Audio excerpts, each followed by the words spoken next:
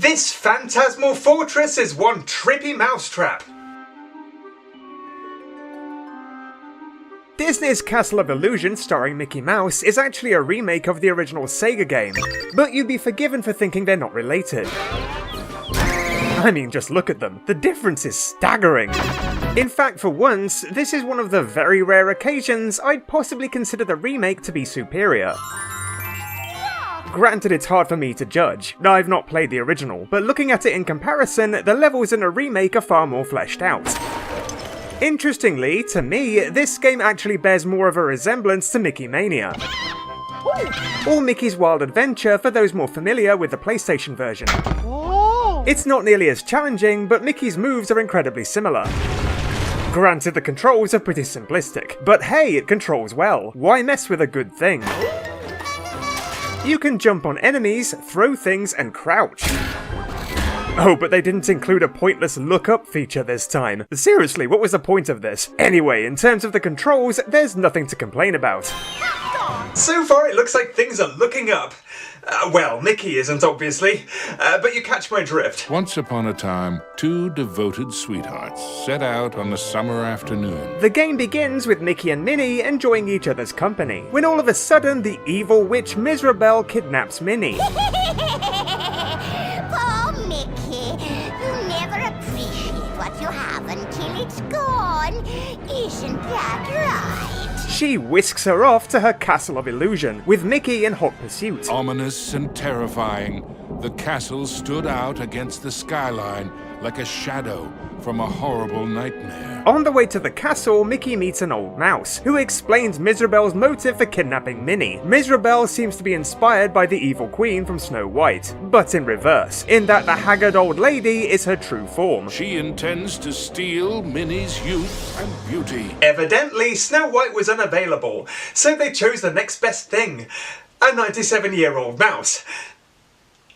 Mickey's task is to find the 7 rainbow gems in each of Mizrabel's worlds of illusion, which he'll later use to form a rainbow bridge to reach Mizrabel's lair. Each gem is guarded by one of Mizrabel's masters of illusion. How does this guy know all this stuff? Is he speaking from experience or word of mouth? Towards the end of this cutscene, I'm pretty sure there's a mistake here, as the old mouse is surely supposed to fade in to imply a time lapse, but instead it looks like there's suddenly 2 of him. Obviously it's an illusion! Oh wait, we haven't even reached the castle yet. No, it's just a mistake. We then take control of Mickey as we make our way to the castle. Throughout, you collect diamonds to unlock new worlds, as well as portraits of the game's concept art that you can see hung on the walls, which is a nice touch. There are also some other collectibles that unlock secret costumes, accessible by the magic mirror. You can unlock the Explorer costume by finding all of Donald's chili peppers. No, not hot dogs, chili peppers. While finding all of the magic playing cards unlocks the Magician costume. And finally, the Knight outfit is unlocked after completing the game. Ordinarily, I probably wouldn't mention this stuff until the end, but there'll be some footage here and there in which Mickey is wearing different costumes, so I figured I'd explain it now. Every world of illusion is comprised of 3 levels, referred to as acts, with every 3rd act being a boss level. The first world is the Enchanted Forest, and already you can see some more similarities to Mickey Mania. Collecting stars refills your health, while collecting Mickey Mouse ears gives you an extra life. In the forest you encounter many enemies and hazards, including sentient toadstools and trees. The toadstools remind me of Fantasia. There's no Chinese stereotyping this time, mind. Most of these can be jumped on, but sometimes they grow in more enclosed areas, blocking your path. You might say they don't give you much room to maneuver. Thank you so much! I'm so proud! Fortunately, there are projectiles you can collect and throw, much like the marbles in Mickey Mania. Take that! Take that! Get out of the way, you big bully! But the difference here is that the projectiles change depending on the world. For example, the Toyland world contains marbles as a projectile, but here you throw apples. They usually say an apple a day keeps the doctor away, but in this case we'll make an exception. Medic! Panic! The enemies respawn after a short while, completely without warning. Wow, that sprung up like, well, a mushroom. At some point, we encounter a fork in the road that leads us down several paths before finally opening the door. And upon entering, we shrink to the size of a mouse. A smaller mouse. While hopping across the leaves, we encounter... Aha! Is that what I think it is? Whoa, wait a second. These aren't giant spiders. You've shrunk. Guys, come on. I know I accepted a bug's life, but I think I'm too lenient with these things. They're just normal spiders. My channel, my rules. Oh, you're mean. If you fall out of the tree, you return to normal size. But the idea is to make your way to the end to get your hands on the magic playing card. The level eventually ends with a chase section, in which you need to escape a giant rolling apple. Mickey had to move fast. It's interesting that the evil queen and killer apples seem inseparable, like it's some kind of weird contractual agreement or something. Now, this is actually interesting to me for a couple of reasons. Firstly, I find it kind of odd that this takes place after having returned to normal size. Obviously, we've shrunk again here, but there's no narration to tell us this, so it feels out of sequence. Interestingly, in the original game, the apple chase happens prior to the tree section. I guess maybe they decided to end the level on a more climactic note. The other thing I find interesting is a decision to make this a 3D chase, with Mickey running towards the camera with his arms outstretched, not unlike his appearance in the Mickey's Wild Adventure chase segments. Over the water! And it's kind of funny that in that game, he's hurriedly devouring apples to keep his strength up. Looks like the tables have turned. How about them apples? Anyway, the second act of the Enchanted Forest is much creepier. I say creepier, it's really not that creepy, it's just got some ghosts in it. And they're actually pretty helpful. All but the red ones, that is. They don't help at all. Miserable bastards. Seriously, why are they even here? The blue ones help you with platforms, while the green ones are rather bouncy. At one point they bounce you up to the clouds, where you can not only find more diamonds, but also another playing card. It's not long before the game brings us back down to Earth, and we find ourselves in a magic maze of thorns, which looks cool but is actually kind of irritating. Grr, you might say it's a thorn in my side. Ah, good one. Anyway, this eventually leads to Act 3, which sees you come face to face with the first Master of Illusion, the Old Oak Tree. And this boss fight is pretty simple. You just need to avoid his attacks and then jump on him. Simplistic though it is, it's clear they didn't want to deviate too drastically from the original boss fight, which I appreciate.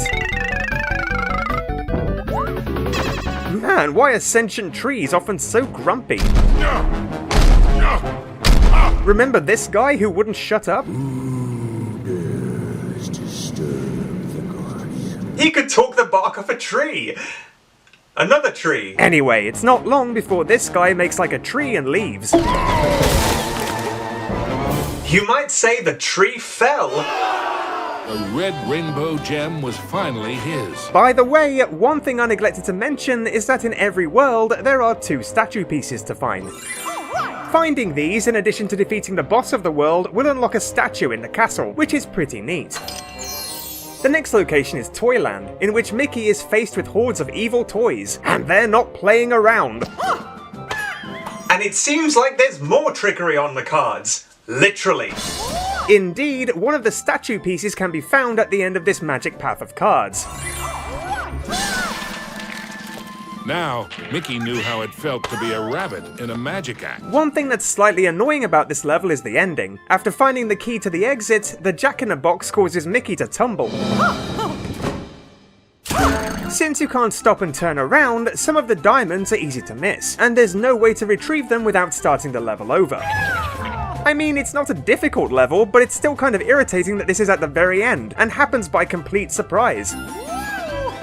Act 2, meanwhile, contains some pretty cool puzzles. Upon entering the Magic Hat, you find yourself in an area where the floating boxes cause the screen to turn upside down.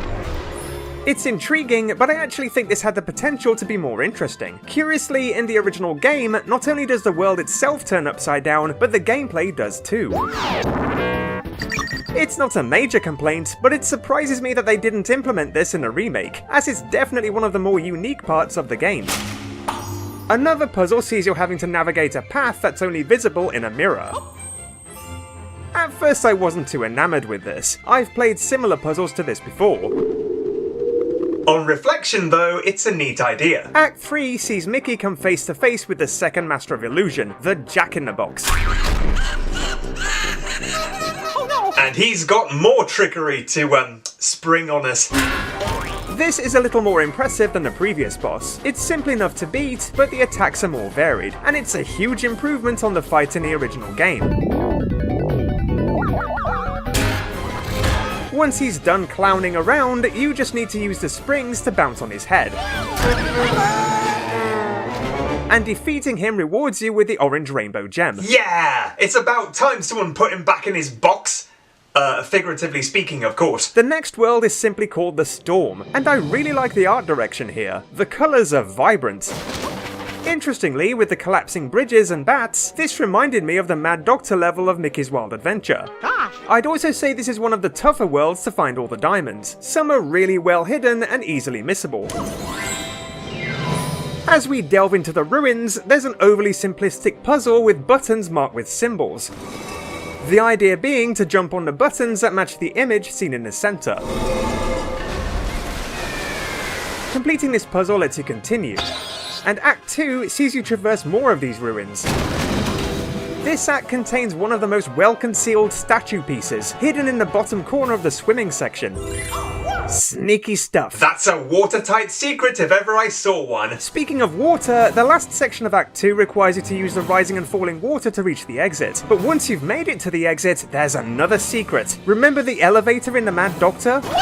If you get back in the elevator before entering the boss room, you're taken to a secret dark room where you can find Mad Dr. Mickey. You look familiar. And this level contains something very similar. If you wait for the water to rise again, you'll find there's another small area above the exit containing more diamonds. Cool stuff. Everything quaked and creaked. The final act sees Mickey face the Mer people. Now I know what you're thinking. We must be in Atlantica. Who'd have thought we'd wind up in this neck of the woods? Oh no, it's not those Mer people. These guys are much more amphibious looking, and this fight is quite the departure from the fight in the original game. For one thing, it includes having to swim, which automatically makes this worse than the previous bosses. It's not too difficult overall, and I'm kind of ashamed to say I failed this the first time around. But in my defense, it's only easy once you learn their attack patterns. Playing this first time, these guys can easily take you by surprise.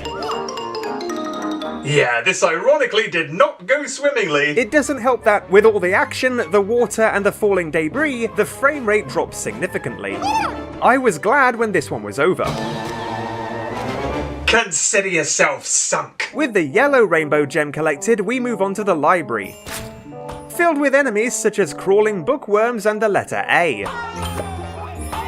No, really, for some reason that's the only sentient letter here. We don't spend long here before we find the milk bottle, where we are tricked by, Mickey's shadow apparently, and find ourselves in a land of treats. Well, that's a turn up for the books. Without a shadow of a doubt, this is a weird world, alright. The Land of Treats is indeed a complete departure from the library, but hey, it looks pretty sweet. Now I won't sugarcoat it, it's a feast for the eyes. Yeah, I'll stop with the sweet treat puns now. Wait a second, a rodent in a world of giant desserts? This sounds familiar. Oh yeah. Eventually we find the rainbow gem, but the shadow absconds with it. Hey you! I mean, me! Stop! And we enter a book that leads back to the library? Man, this is getting confusing. To reiterate, we're back in the library now. I'm just making sure you're on the same page. I need that gem to save Minnie! Come back! Interestingly, Mickey's shadow seems to be an addition to the remake. To my knowledge, the original versions of the game didn't feature the shadow. At first I thought maybe they added this as a sort of subplot, so the narrative would make more sense. Even though it doesn't. In fact, if anything, it raises more questions. A mischievous shadow, eh? Looks like this library took a leaf out of Peter Pan's book. This act sees Mickey traverse the library in pursuit of his shadow. Not again! And I'd say this act is a little more complex. There seem to be more collectibles that are located off screen, and some require you to find paths into the background. The books themselves also become pretty infuriating. They abruptly jut out and can easily push you over the edge. They're pushing me over the edge, alright. There are also a couple of sequences in which you need to swim in a teacup, weaving between the sentient sugar cubes as a whirlpool follows you close behind.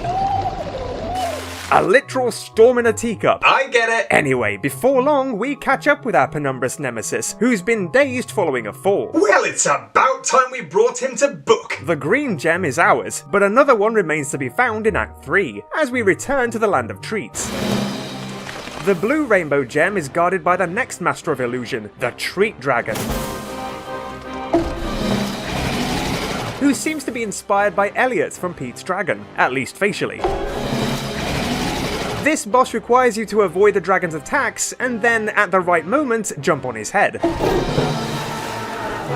A truly unique idea. I don't know why they never used it before. Yeah, the fights aren't all that dissimilar. Visually they're pretty diverse, but the objective is almost always the same. Avoid their attacks and jump on their heads. I guess this stays true to the original though, so I shouldn't complain. With the dragon eliminated, we obtained the blue rainbow gem. I guess you could say we've given that dragon his just desserts. The final world of illusion is the castle, which is actually kinda confusing. Presumably this is a separate castle to the Castle of Illusion, which would imply that one of the castle's worlds of illusion is, well, a castle. Running a little short on ideas, are we? This castle is filled to the brim with bats and sentient suits of armor. These suits aren't very suitable. There's a lot of platforming and the suits of armor can get annoying. It's surprisingly easy to get a mace in your face. I, for one, have never been a night person. The first act ends in the treasure room, where Mickey finds the indigo gem. With the 6th gem found, Mickey began to feel that maybe it was Mizrabel's time that was running out. But Act 2 is a little more of a challenge. After swimming in the castle depths, Mickey finds himself in a dark corridor. Where'd the lights go? The only light source being the sparks from the suit's maces. You might say it's, black as night. Eventually, Mickey finds the clock tower. Having once been a clock cleaner, he knew the moving parts were dangerous. For those who don't know, this is a callback to the 1937 Mickey Mouse short Clock Cleaners. Talk about winding back the clock. I like it when the developers do their research, although this setting actually reminds me more so of the climactic scene from The Great Mouse Detective, for obvious reasons. Eventually this leads to Act 3, in which we come face to face with the oafish clockmaker. And yes, for those of you who are observant, this guy resembles Willy the Giant. I got you! Unfortunately for him. Ironically, that face would stop a clock. Once again, we need to avoid this guy's attacks, and then, clock him! Then he'll swing his mallet, the objective being to dodge his attack and lure him into the bells. Phew! Saved by the bell! This guy quite literally rings in his own demise. Luckily, it's not long before he's eliminated and the violet gem is ours. Take that, you oaf! The bell tolls for thee! But one mustn't rest on one's laurels, for the clock is running out. An eerie chill overcame him as he beheld the tall tower. He knew was the heart of Mizrabel's power. Indeed, with all rainbow gems collected, Mickey can finally form the rainbow bridge to where Minnie is being held captive. This leads to Mizrabel's tower, which we need to ascend quickly, avoiding Mizrabel's, apples. Seriously, what is it with this woman and apples? And not only that, we also encounter... Oh, I guess they're big spiders this time. Okay, fine. You win. We all knew this was coming. Anyway, eventually we reached the last room, hidden behind one final door to darkness. Did somebody mention the door to darkness?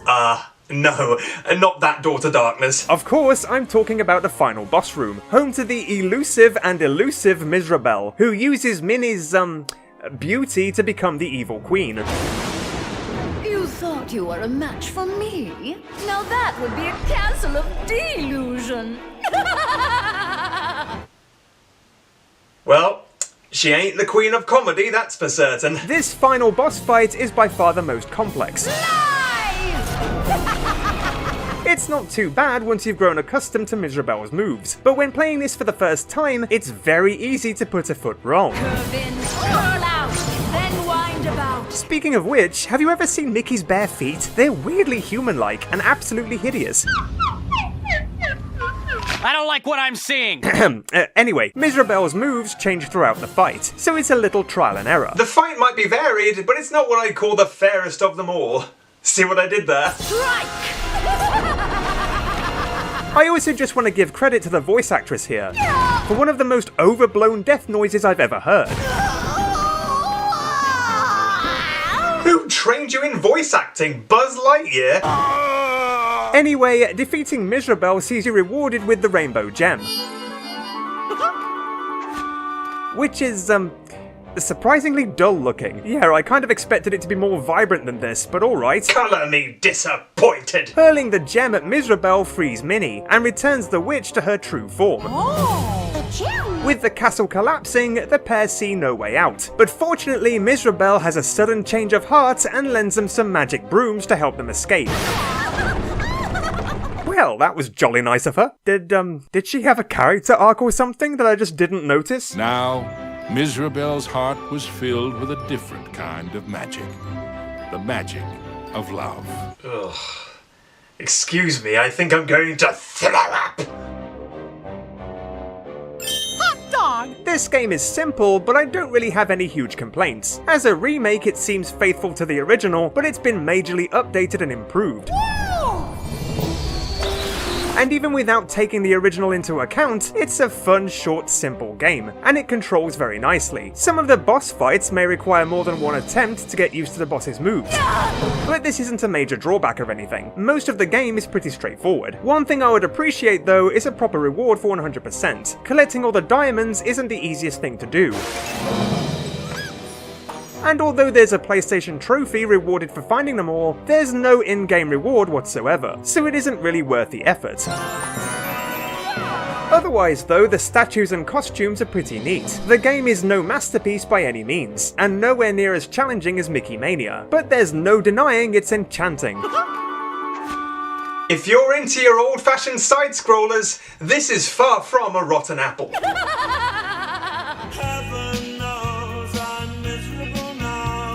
Hey everyone, hope you enjoyed. I've been meaning to cover this one for a while, especially as it feels sort of like a follow-up to my Mickey's Wild Adventure video, which is now 8 years old if you can believe it. Man, I'm getting old. Anyway, I just have a few things I want to mention before I leave you all alone. Firstly, the observant of you will note that the Sega footage is not my own, but belongs to a channel known as Nintendo Complete. It's rare that I use external footage, but I don't have access to the Sega game myself. I've left a link to the channel in the description if you want to check it out. Another thing that's worth noting is that while the game was initially released on the Sega Genesis in 1990, the footage I've used is actually from the 1998 Sega Saturn release, simply because the picture was sharper and I wanted to share it in the best possible quality. And the extremely observant of you might notice that I credited the PS1 game Mickey's Wild Adventure as having been released in 1996, contradicting previous videos in which I stated it was released in 1995. This confusion arose due to the game itself containing the year 1995 in its opening credits, but it was apparently not released until March the following year, so yeah, my mistake. Whoops. Anyway, a big thank you to my patrons, Anthony Gallagher, 3Spooky5Me, Volico72, and Matthew Shaw. Thanks also to my free patrons,